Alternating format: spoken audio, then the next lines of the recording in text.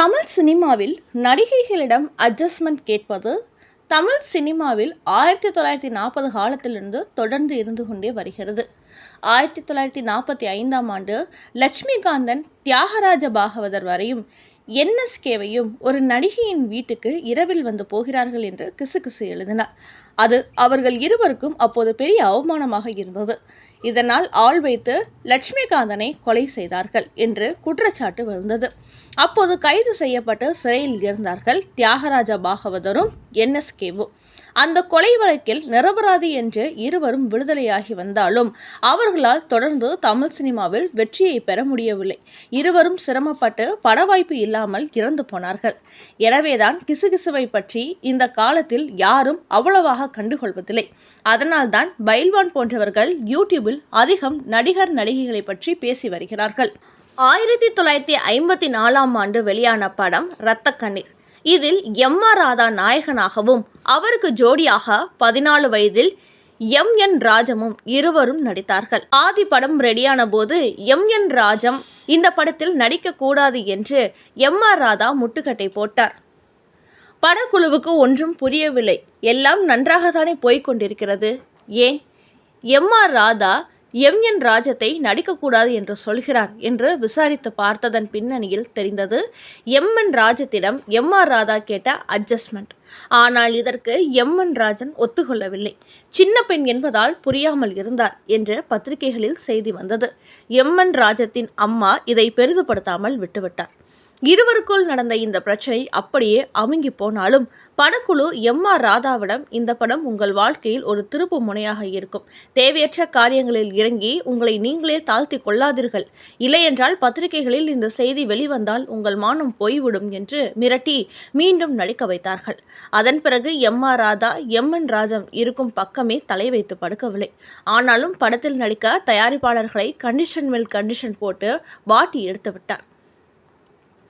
இவர் இரத்த கண்ணீர் படத்தில் நடிப்பதற்கு சில நிபந்தனைகளை போட்டார். வேறொருவர் என்றால் அந்த நிபந்தனைக்கு தலைதெறிக்க ஓடியிருப்பார். அவர் போட்ட நிபந்தனை, சினிமாவில் நடித்தாலும் நாடகத்தை விட மாட்டேன். நாடகம் வழக்கம் போல நடக்கும். அது முடிந்த பிறகுதான் வந்து நடிப்பேன்.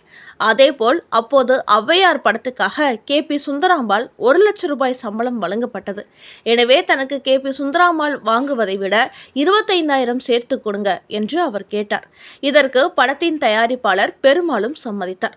படத்தில் நான் சொந்தமாக டயலாக் பேசிக்கொள்வேன், புரட்சிகரமான கருத்துக்களை சொல்வேன், நீங்கள் யாரும் தலையிடக்கூடாது என்று அவர் தொழுநோயாளியாக இருக்கும் பொழுது பெட்டி தூக்கி வருபவரிடம் பேசும் வசனம் எல்லாம் இவர் சொந்தமாக பேசியது. அதனைத் தொடர்ந்து படத்தினுடைய வேலைகள் விறுவிறுவென்று நடைபெற்றது. எம்.ஆர். ராதா இந்த படத்தில் தொழுநோயால் பாதிக்கப்பட்ட கொடூரமான முகத்தோடு வருவார். நாயகனுக்கு ஏற்பட்ட அந்த நோய் என்.எம்.என். ராஜத்திற்கு படத்தில் வரவில்லை என்ற கேள்வி அப்பொழுது நிறையவே பத்திரிகைகள் மூலம் கேட்கப்பட்டது. இன்று வரை பதிலில்லை. பெண்கள் விஷயத்தில் எம்.ஆர். ராதா என்றுமே வீக். அவர் படங்களில் புரட்சிகரமான கருத்துகள் பேசுவார், மூட நம்பிக்கை ஒழிப்பு பற்றி பேசுவார், பெரியாரின் ஜாதி மறுப்பு பற்றி பேசுவார். ஆனால் நிஜத்தில் பெண்கள் விஷயத்தில் அவர் வீக் என்பது அவர் நிஜ வாழ்க்கையில் தெரியும். இவர் மொத்தம் 4 பெண்களை திருமணம் செய்து கொண்டார். சரஸ்வதி, தனலட்சுமி, ஜெயாமாள் மற்றும் கீதா என்று 4 மனைவிகள் இருந்தனர். எம்.ஆர். ராதாவிற்கு நடிகர் ராதாவி உட்பட 3 மகன்களும் 4 மகள்களும் இருந்தனர். அதில் 4வது மனைவி திருமதி கீதாவிற்கு பிறந்த மகள்தான் பிரபல நடிகை ராதிகா சரத்குமார் மற்றும் நிரோஷா. நடிகை ராதிகா அவர்களின் மூட நம்பிக்கை ஒழித்த எம்.ஆர். ராதா அவர்கள் என்றால் இவர்தான். எம்.என். ராஜன் நடித்த கதாபாத்திரத்தில் எந்த நடிகையும் வராத போது எம்.என். ராஜம் துணிந்து நடித்தார் என்பது குறிப்பிடத்தக்கது. அதேபோல எம்.என். ராஜம் எம்.ஆர். ராதாவுக்கு தொழுநோய் வந்த பிறகு மாடியிலிருந்து அவரை எட்டி உதைக்க வேண்டும் என்ற காட்சியை எடுக்க படக்குழு எம்.என். ராஜம் பயந்து போனார். வேண்டாத தெய்வம் இல்லை, எம்.ஆர். ராதாவை எட்டி உதைப்பதா? இந்த சின்ன வயதில் அவ்வளவு பெரிய நடிகர் நாம் எப்படி உதைக்க முடியும் என்று கலங்கி போனார். படக்குழுவிடம் மன்றாடினார். என்னை விட்டுவிடுங்கள், நான் இந்த காட்சியில் நடிக்க மாட்டேன் என்று பிடிவாதமாக இருந்தார். எம்.என். ராஜத்திடம் வந்து பேசி பார்த்தார். நடிப்பு தானே, சும்மா காலை மட்டும் தூக்கு, நான் அப்படியே படிகளில் உருண்டு வந்து விழுந்து விடுகிறேன் என்று சொன்னார். ஆனாலும் என். ராஜன் நம்முடைய சினிமா வாழ்க்கையை மோசமாகிவிடும் என்று பயந்தார். அதன் பிறகு அந்த படத்திலிருந்து விலக நினைத்தார். நடிக்க மறுத்தார். படக்குழு இந்த காட்சியில் நீங்கள் நடிக்கவில்லை என்றால் உங்கள் சினிமா வாழ்க்கையே அஸ்தமாகிவிடும் என்று மிரட்டியிருக்கிறார்கள். துணிந்து நடித்தார். ஆண்டவா என்னை மன்னித்துவிடு என்று அடியே காந்தா அள்ளி அள்ளி கொடுத்தேனே என்று எம்.ஆர். ராதா பேசதும் ஓங்கி உதைப்பார். எம்.ஆர். ராதா மாடியிலிருந்து உருண்டு விழுவது போல் படமாக்கப்பட்டது. எம்.ஆர். ராதாவுக்கு பலத்த காயம் இருந்தாலும் எழுந்து சிரித்துக்கொண்டு பரவாயில்லை நடிப்புதானே என்று சிரித்துக்கொண்டு போய்விட்டார். இருந்தாலும் ராஜத்திற்கு அந்த பயம் அந்த நாள் வரை போகவே இல்லை. இப்படித்தான் எம்.ஆர். ராதாவை எட்டி உதைத்த முதல் அடியாக எம்.என். ராஜம் தமிழ் மக்களிடம் அறிமுகமானார். சரி, எம்.என். ராஜத்துக்கும் புரட்சித் தலைவர் எம்.ஜி.ஆர். இருவருக்கும் எப்படி நட்பு ஏற்பட்டது? வாங்க பார்க்கலாம். சிவாஜியின் நாடக குரூப்பில் தான் எம்.என். ராஜம் சின்ன குழந்தையாக இருந்தபோது சேர்ந்தார். அப்பொழுது சிவாஜி நாடகங்களில் பெண் வேடம் போட்டு கொண்டிருப்பார். தலை நிறைய முடியை வைத்துக்கொண்டு இரவில் நாடகம், பகலில் அந்த கிராஃபை மறைக்க ஒரு தலைப்பாகை. இப்படி இருந்தவர் சிவாஜி. எம்.என். ராஜத்திற்கு நடிப்பு சொல்லிக் கொடுத்தவரும் அவரே. பின்னாளில் நிறைய படங்களில் சிவாஜி சிபாரிசு செய்து எம்.என். ராஜம் நல்ல நல்ல கதாபாத்திரங்களில் நடித்திருக்கிறார். இப்பொழுது எம்.ஜி.ஆர். அவர்கள் எம்.என். ராஜம் அவர்களும் பற்றிய விஷயத்துக்கு வருவோம். அலிபாபாவும் 40 திருடர்கள் படத்திற்கு காமெடி நடிகை ஒருவரை தேடிக்கொண்டிருந்த போது சரியான நடிகை அமையவில்லை. அப்பொழுது எம்.என். ராஜம் நிறைய படங்களில் கதாநாயகியாக நடித்து கொண்டிருந்தார். அவரை விட வயதில் மூத்த நடிகர், காமெடி நடிகர் சாரங்கபாணியுடன் காமெடியாக நடிக்க வேண்டும் என்றதும் மறுத்துவிட்டார். எம்.ஜி.ஆர். எம்.என். ராஜத்துடன் பேசி பின்னாளில் உனக்கு நல்லதொரு படத்தில் நல்ல வாய்ப்பு தருகிறேன் என்று சம்மதிக்க நடிக்க வைத்தார். அவரும் நடிக்கவே காமெடி ரசிக்கப்பட்டது.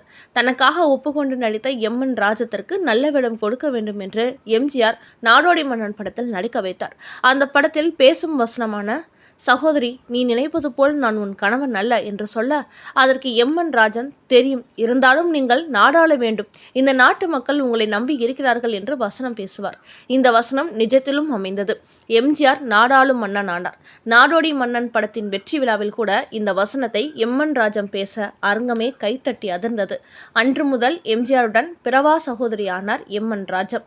புரட்சி தலைவர் அரசியலுக்கு வந்து முதல்வரான பிறகு எம்.என். ராஜன் சொன்னது போலவே நாடாள வந்தார்.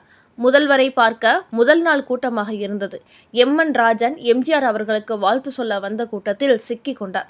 உடனே அண்ணா அண்ணா என்று கத்தினார். அத்தனை கூட்டத்திலும் தன்னை ஒரு சகோதரி அழைக்கிறார் என்று எம்.ஜி.ஆர். அவர்கள் கண்ணாடி வழியே பார்த்தார். அங்கே எம்.என். ராஜன் இருப்பதை கண்டு கூட்டத்தை சரி செய்யும் நபர்களிடம் சொல்லி அவரை முன்னால் அழைத்து வர சொன்னார். எம்.என். ராஜன் வந்தவுடன் சகோதரி நீ சொன்னது போலவே நடந்துவிட்டது என்று அப்போது சொன்னார். எம்.என். ராஜத்துக்கு சந்தோஷம் தாங்க முடியவில்லை. இத்தனை கூட்டத்திலும் நம்மை அடையாளம் கொண்டு இப்படி பேசுகிறாரே என்று. அதன் பிறகு எம்.என். ராஜத்திற்கு ஒரு பதவியை கொடுத்து அழகு பார்த்தார் எம்.ஜி.ஆர். எம்.ஜி.ஆர். அவர்கள் உடல் நலம் இல்லாமல் அமெரிக்கா சென்றபோது எல்லோரும் அவரை இறந்து போய்விட்டார்கள் என்று தூற்றிக் கொண்டிருந்தார்கள். அப்பொழுது எம்.என். ராஜம் அவர்கள் ரேடியோவில் எம்.ஜி.ஆர். உயிரோடு தான் இருக்கிறார், அவர் மீண்டும் வருவார், நாடாளுவார் என்று முழங்கிக் கொண்டே இருந்தார். அந்த சக்திக்கு, அந்த குரலுக்கு அவ்வளவு வயசு இருந்தது, வலிமை இருந்தது. அதே போல எம்.ஜி.ஆர். மீண்டு வந்தார். எம்.என். ராஜம் எம்.ஜி.ஆருக்காக ஆற்றிய தொண்டை கண்டு எம்.ஜி.ஆர். வியந்து போனார். அதன் பிறகு அவர் வகித்து வந்த பதவியில் மேலும் சம்பளத்தை உயர்த்தி கொடுத்து தன் சகோதரியாக ஏற்றுக்கொண்டார். எனவேதான் எம்.ஆர். ராதாவை எட்டி உதைத்துவிட்டு எம்.ஜி.ஆரிடம் ஆதரவு தேடிய நடிகைதான் எம்.என். ராஜம்.